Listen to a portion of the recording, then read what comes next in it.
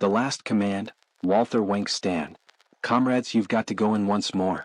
It's not about Berlin anymore, it's not about the Reich anymore.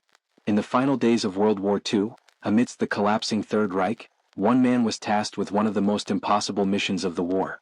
Walther Wenck, a German general, was thrust into a leadership role that would see him trying to pull his country from the brink of annihilation.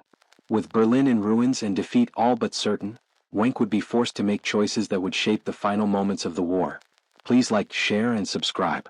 On March 30, 1945, Hitler appointed Wenck to lead the 12th Army, a position that would place him at the crossroads of a collapsing empire. Wenck was not one of the Nazi elite, but his reputation as a capable officer had earned him the trust of the regime. Yet even he knew that the war was lost, and his only mission was to try and save as many lives as possible in the face of overwhelming odds. Despite the overwhelming pressure from the Allies and Soviets, Wenck's ultimate decision would come when the fate of Berlin was in the balance. Hitler had ordered him to relieve the city, but Wenck understood that this would be impossible. With limited forces, he instead opted to march towards the capital in a desperate attempt to relieve the trapped German civilians and soldiers, knowing full well that he was marching toward his own destruction.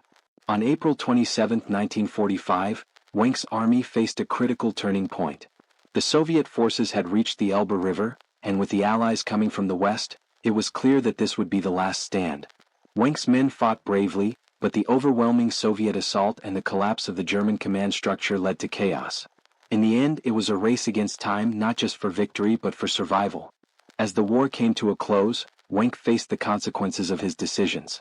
He had been tasked with one of the most impossible missions in history, and though he had made every attempt to save his men in Germany, he ultimately was left with nothing but the haunting reality of defeat. Wenck would surrender to the Allies, and despite his attempts to distance himself from the Nazi ideology, his role in the war would forever remain a dark chapter in history. Walther Wenck's legacy remains controversial.